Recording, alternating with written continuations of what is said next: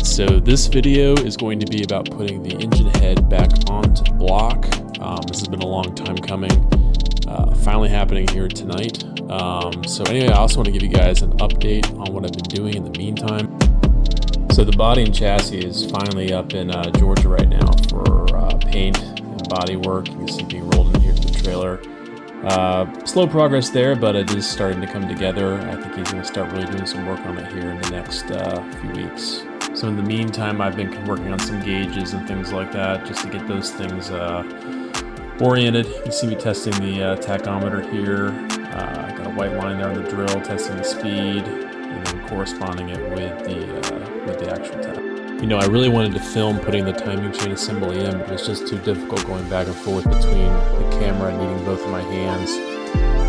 So we got that in with new dampers, new chains, pretty much everything was new. There you can see it without the dampers in, and then all the dampers were new except that side damper there. I decided to go with the original if it was in good enough condition. Got the block primed, and then we painted it with a high gloss VHT paint. So anyway, let's go ahead and dive into getting this head on the block. All right, so here's the current state of the block. We've got, we already talked about machine work that was done. And just to kind of summarize where things are at this point, there's some things that I did off camera, so I'll go ahead and give a little bit of a summary here. But got all the head studs, or the head studs in, cleaned them all off, made sure the threads were all in good condition. And one thing to note is that up here is the dowel stud. That's the second one from the front on the exhaust side of the head. So we've got the head all nice and cleaned off. We put the timing chain cover back on, as you can see here. And I didn't black oxide these bolts. I just went ahead and painted them black for numerous reasons. I just didn't want to lose track of which bolt was which, and you know, it's hard to tell the difference if you just paint it black correctly. We upgraded the front seal to a lip seal, so that should keep any oil leaks from happening. Got the whole timing chain assembly in. We replaced this adjuster, the eccentric adjuster for these. I had to get a new plate to fit in here, and you'll see why that's important. When we put the head on, we're having to adjust the sprockets to fit on the camshaft in the correct position. Let's see here. Painted the block a high gloss VHT enamel. I think I probably would have gone with a little less glossy look had I known how shiny this would be, but I mean, it's going to be in the engine bay. You're not going to be able to see how shiny it is. Polished up these brass oil gallery bolts. Look really good. Anyway, all right, let's dive in and get the head on. All right, so we're going to put on our multi-layered steel head gasket, and this gives an extra 50,000ths of an inch of thickness. We talked about how we needed to compensate for the machining that had been done here to get our compression ratio correct. And these Combitech 5-layer steel head gaskets are pretty much leak-proof if you put them on right.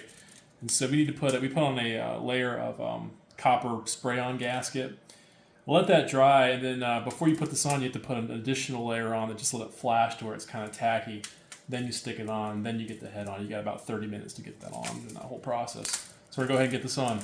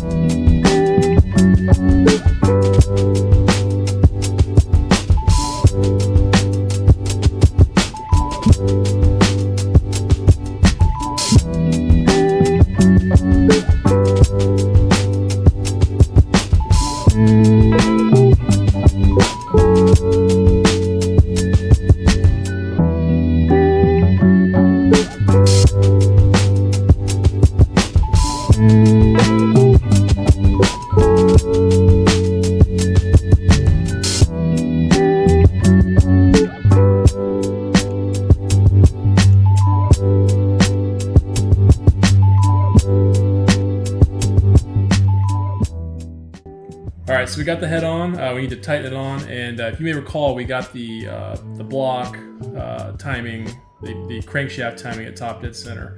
It's important now we make sure that these camshafts are at top dead center, so we know that our mechanical timing is correct.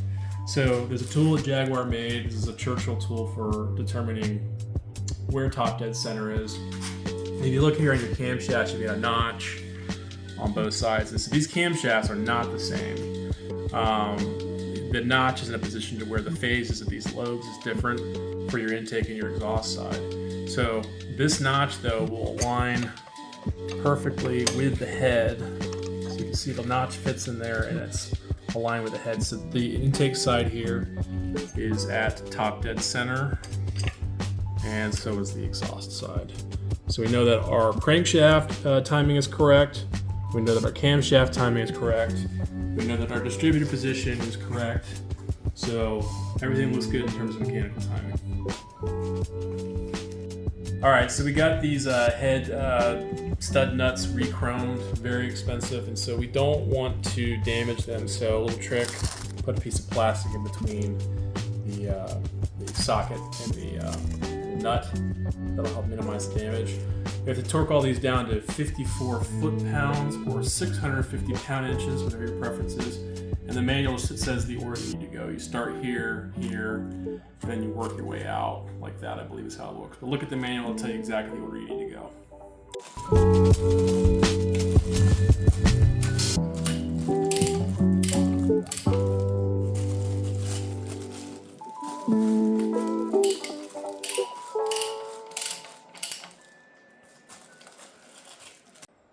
All right, so we're gonna check our tappet clearances here. So I believe Don set these all up correctly, but I'll check each of them here once we get the sprockets connected to the camshaft. But there is one that's in position, so to give us some indication that we're at least in the ballpark. So on the intake side, the spec is 6/1000 of an inch. So I've got my 6/1000 of an inch feeler, and that should pass all the way through, which you can see it does.